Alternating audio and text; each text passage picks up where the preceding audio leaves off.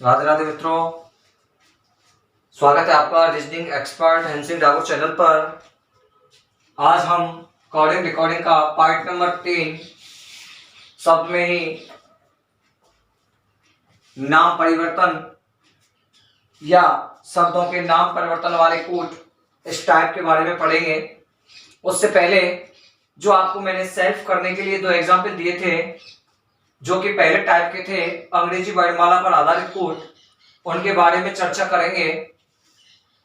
जिसमें पहला एग्जाम्पल था आपका इंडिया को RMWRZ कहा जाता है तो भारत को क्या कहा जाएगा।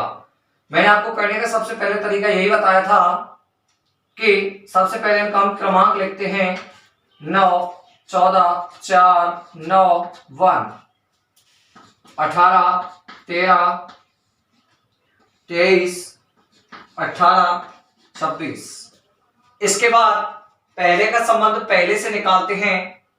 9 और 9 18 होते हैं, प्लस 9 14 का 13 माइनस 1, तो ये क्रम तो बैठ ही नहीं रहा है। फिर लास्ट वाले के पास चलेंगे, 9 का 26 प्लस 17 14 का 18 प्लस 4, ये भी क्रम नहीं बैठ रहा है। इसके बाद तिरछा भी देखें तो तिरछे में इनके क्रम और इनके क्रम में भी बहुत ज्यादा अंतर है। तो सीधी सीधी बात है, अपन एक थोड़ा सा आइडिया लगा लेते हैं कि जब अगर आगे का संबंध आगे के अक्षर से ना बैठे, आगे का संबंध पीछे से भी ना बैठे, तिरछे से भी ना बैठे, लास्ट का जो ऑप्शन मैंने आपको बताया था कि इनका विपरीत वर्ण भी हो सकता है। तो विपरीत वर्ण में चेक करेंगे अपन, 9 और 18 कितने होते हैं? 9 प्लस 18 इज इक्वल टू 27, जो कि विपरीत वर्णों का योगफल होता है। इसी प्रकार 14 और 13 ये भी कितने होते हैं? 14 प्लस 13 इज इक्वल टू 27। अर्थात कह सकते हैं हम कि इसमें प्रत्येक वर्ण का संबंध विपरीत वर्णों से है। तो अगला चेक करेंगे, 4 और 23 27, 9 और 18 27, 26 और 1 27। तो इसी प्रकार इनका क्रम लिख लेंगे 2 8 1 18 1 20। इनका हम विपरीत वर्ण कैसे निकालेंगे उसके लिए मैं आपको बता ही चुका था। या तो अपन ने जोड़कर देखा, 9 प्लस 18 इज इक्वल टू 27, और जब प्राप्त करना है तो क्या करेंगे, 27 में से दिए हुए अक्षर के क्रम को घटाएंगे। 27 माइनस 2 इज इक्वल टू 25। 25 क्रम किसका होता है बेटा? बाई का। और आपको मैंने विपरीत वर्ण निकालने का जो तरीका बहुत ही सरल बताया था कि यदि प्रथम अर्धांश को सीधे क्रम में और ठीक उसके नीचे द्वितीय अर्धांश को उल्टे क्रम में लिख देते हैं तो वो आपस में विपरीत होते हैं। तो ये नियम आपका बहुत ही शानदार रहेगा, क्योंकि जोड़ने घटाने में कई बार टीचरों से भी गलती हो जाती है। आप और हमारी तो औकात ही क्या है। तो फिर भी शॉर्ट एंड स्वीट करने के लिए अगर आपको क्रम याद हो जाते हैं तो बहुत बेस्ट है, नहीं होते तो ये फंडा आप याद रखेंगे। इसी प्रकार 27 में से 8 घटाएंगे, कितना बचे बेटा? 19। 19 क्रम किसका है? एस का। किसका बेटा? एस का। 1 का 26, 18 का वही 9, 9 किसका है? आई का। 1 का वही 26 और 20 का 7, 7 क्रमांक है जी का। तो बात को क्या लिखेंगे? Y S Z I Z G. Clear है? तो मुझे आपसे उम्मीद भी है कि आपका भी ये बिल्कुल सही होगा। फिर भी कोई बात नहीं, सही नहीं हो तो सही कर लें, और सही हो तो बहुत बहुत धन्यवाद। नेक्स्ट एग्जांपल देखिए, SWA स्वान को RTVX ZVMO कहा जाता है, जिसके बारे में मैं पहले ही बता चुका था। यदि 4 अक्षरों का संबंध 8 अक्षरों से है तो इसका मतलब है कि प्रत्येक एक अक्षर का संबंध कितने से है? 2 से। तो पहले का संबंध प्रथम 2 से हो सकता है। ये मैं आपको 3 नियम बता चुका था। कौन कौन से? यदि एक अक्षर के 2 अक्षर दे रखे हैं तो या तो उसके लास्ट वाले दोनों, या उसके पहले वाले दोनों, या एक आगे का और एक पीछे का। लेकिन जरूरी नहीं है कि एस का इन दोनों से संबंध हो, लास्ट के दोनों से भी हो सकता है। ठीक है, ये नियम तो सब जगह ही चलेगा आपका। ठीक है, तिरछे रूप में भी हो सकता है। क्लियर? अर्थात एस का इन दोनों से भी संबंध हो सकता है, डब्ल्यू का इन दोनों से हो सकता है। तो वो हम चेक करेंगे। ठीक है, तो देखिए, एस आर टी, आर और टी के बीच में कौन आता है? एस। अर्थात एक एस का अगला और एक पिछला। क्लियर? इसी प्रकार देखो VWX, इसी प्रकार देखो ZAV, इसी प्रकार देखो MNO, अर्थात एक आगे का और एक पीछे का। तो मनी का भी वही काम करेंगे हम। क्या आएगा? M से पहले L, M के बाद N, O से पहले N, O के बाद P, ठीक है, N से पहले M, N के बाद O, E से पहले D, E के बाद F, Y से पहले X, Y के बाद Z। तो मनी को क्या लिखेंगे? LNNPMODFXZ। क्लियर है? आप इन दोनों को उतार लीजिएगा। इसके बाद हम नाम परिवर्तन वाले कूट पढ़ेंगे। Type number 2 उतारिएगा।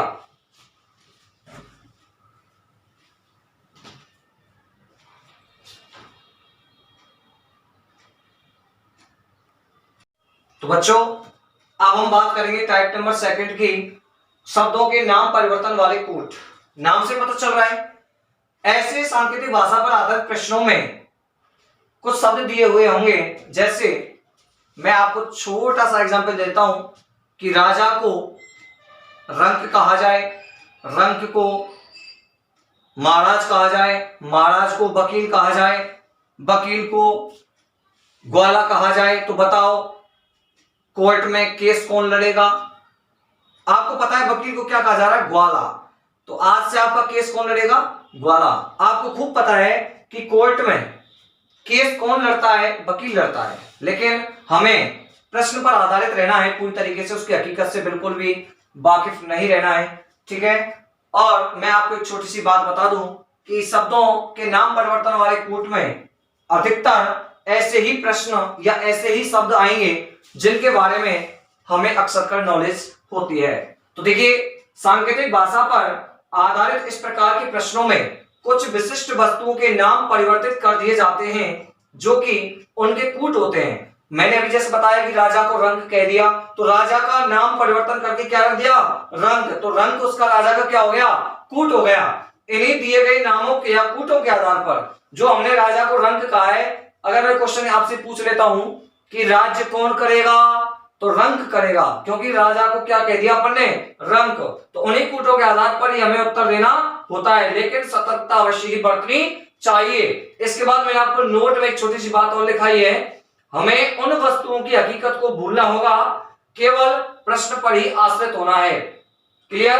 अर्थात हमें पता है कि राजा ही राज्य करता है, लेकिन प्रश्न में राजा को यदि भिखारी भी कहा जाए तो हमें पता रखना है प्रश्न के अनुसार कि आज से हमारा राज कौन करेगा? भिखारी करेगा। क्लियर बच्चों?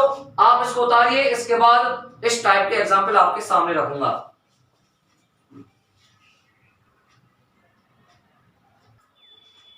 यस, एग्जाम्पल मैंने आपका पहला पूरी लैंग्वेज के साथ लिख दिया है। नेक्स्ट एग्जाम्पल मैं आपको करने वाले तरीके से कराऊंगा। यदि जल को भोजन कहा जाए, तो देखिए जिसको जो कहा जा रहा है इसका करने का तरीका क्या है कि जल को क्या कहा जा रहा है? इज इक्वल टू भोजन। आप इस तरीके से जमा लेंगे इसको, ठीक है। जल को क्या कहा जा रहा है बेटा? भोजन। भोजन को क्या कहा जा रहा है बेटा? वृक्ष। तो भोजन इज इक्वल टू वृक्ष, ठीक है।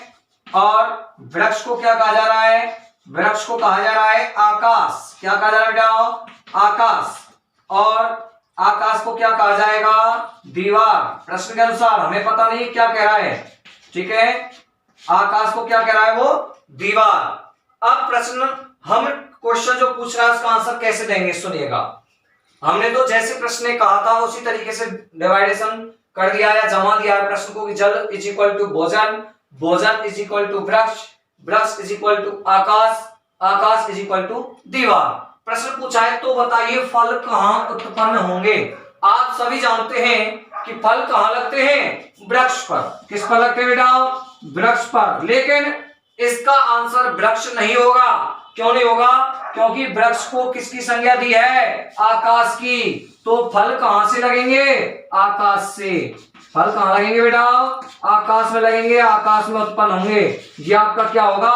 आंसर होगा। और एक क्वेश्चन में यदि आपसे और पूछता हूं कि बताइए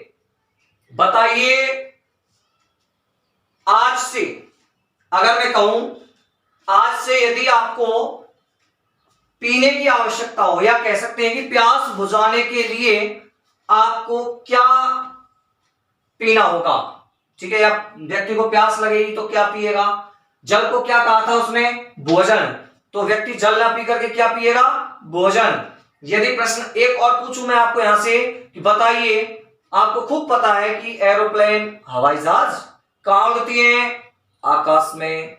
अपन तो आकाश ही जानते हैं, लेकिन समताप मंडल में चलती है, ठीक है ना। तो आकाश में उड़ती है, लेकिन आकाश को क्या कहा गया है इस प्रश्न में, दीवार। तो आज से आपकी एरोप्लेन कहां उड़ेंगी, दीवार पर। कहां उड़ेंगी बेटा, दीवार पर। मन का पलोथन बिल्कुल भी नहीं लगाना है। जो प्रश्न में जिसको जो कहा गया है, यदि आपसे पूछा जाए भूख लगने पर व्यक्ति रोटी खाता है ना, उसको अपन भोजन बोलते हैं, ठीक है। यदि व्यक्ति को भूख लगेगी तो क्या खाएगा, वृक्ष खाएगा। क्या खाएगा, वृक्ष, क्योंकि भोजन को क्या कह रहे हैं, वृक्ष। तो ध्यान रखना बेटा, आज से यदि आपको भूख लगे तो मम्मी को बोल देना वृक्ष खाएंगे, वृक्ष है। मम्मी 2 चप्पल मारेगी आपकी खोपड़ी में, ऐसे ना, ऐसा नहीं करना है आपको। सिर्फ प्रश्न की जो संज्ञा जिसकी कहा गया है, जो कूट दिया गया है, उस पर ध्यान देना है। इसका आंसर है आपका आकाश। और नेक्स्ट जो एग्जाम्पल है, बिना लैंग्वेज के डायरेक्टली इज इक्वल टू बराबर करके करा दूंगा, ठीक है, उतार लीजिएगा।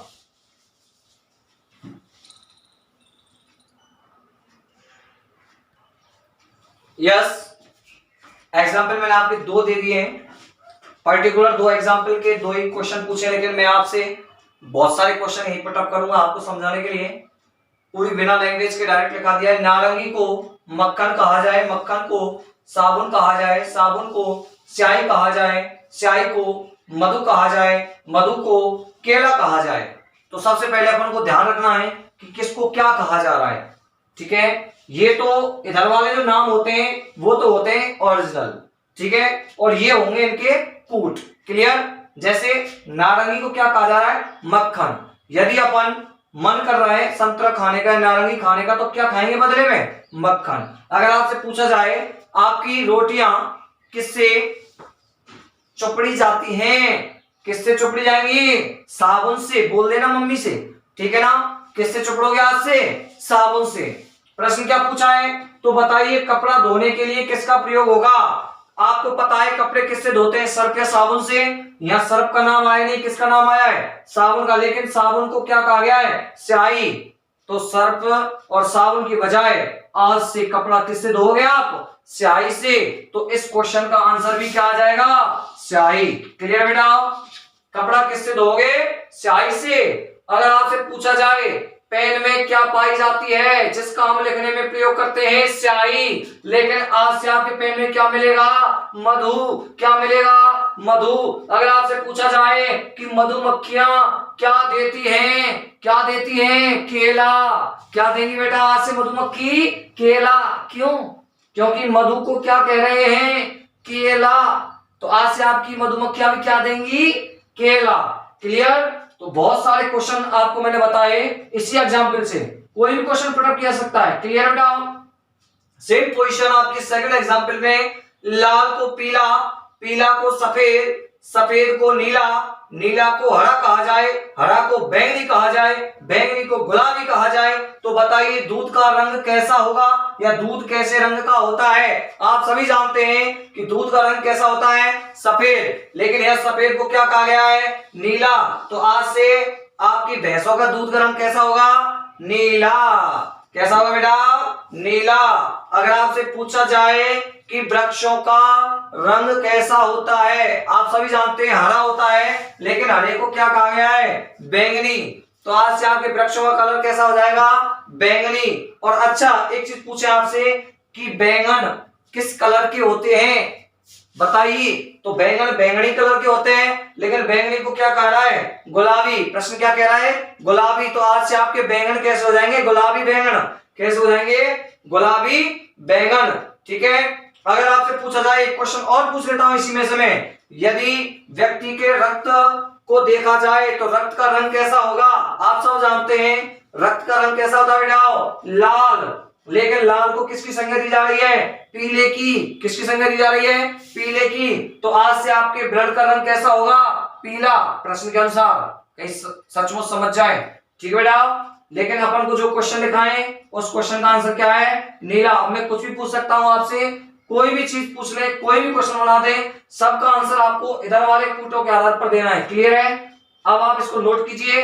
इसके बाद आपको 2 एग्जाम्पल मैं और दूंगा जिनको आपको सॉल्व करना है, ठीक है? फिर उनका सॉल्यूशन नेक्स्ट वीडियो में मिलेगा, जिसमें तीसरी टाइप के बारे में हम आपकी चर्चा करेंगे। तो देखिए, आपको मैंने घर के लिए एक एग्जाम्पल दिया, लेकिन क्वेश्चन आपके 3 दिए हैं, ठीक है? इसको ही समझ जाओगे, बहुत सिंपल टाइप है और ऐसे क्वेश्चन खूब आते हैं एसटीसी बीएड में, तो खूब दबा के आते हैं 1-2 क्वेश्चन।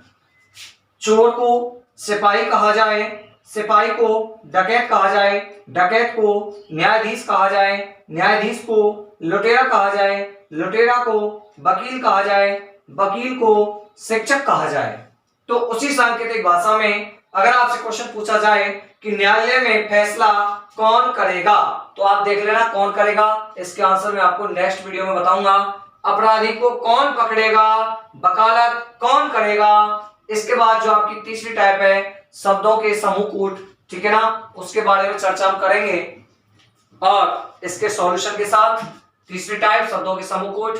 तो बेटा आज के लिए इतना ही काफी है, क्योंकि एक टाइप आपकी कंप्लीट हो चुकी है। और अब मैं आपसे एक निवेदन फिर करूंगा कि वीडियो को दबा के देखें, दबा के मतलब समझ रहे हैं मेरी बात को, बहुत ज्यादा देखें, क्योंकि जब तक आपको समझ में नहीं आए 1 बार 2 बार 4 बार 6 बार देखते रहें। क्लियर? किसी को प्रॉब्लम हो तो मेरे को कमेंट करें, मोबाइल नंबर मैंने दे रखा है, ठीक है? उस पर आप कॉल करके कोई समस्या का सॉल्यूशन ले सकते हैं। और आपको ज्यादा से ज्यादा शेयर करना है, लाइक करना है, सब्सक्राइब करना है, बेल आइकन को प्रेस करना है। बहुत बहुत धन्यवाद। उतारिएगा।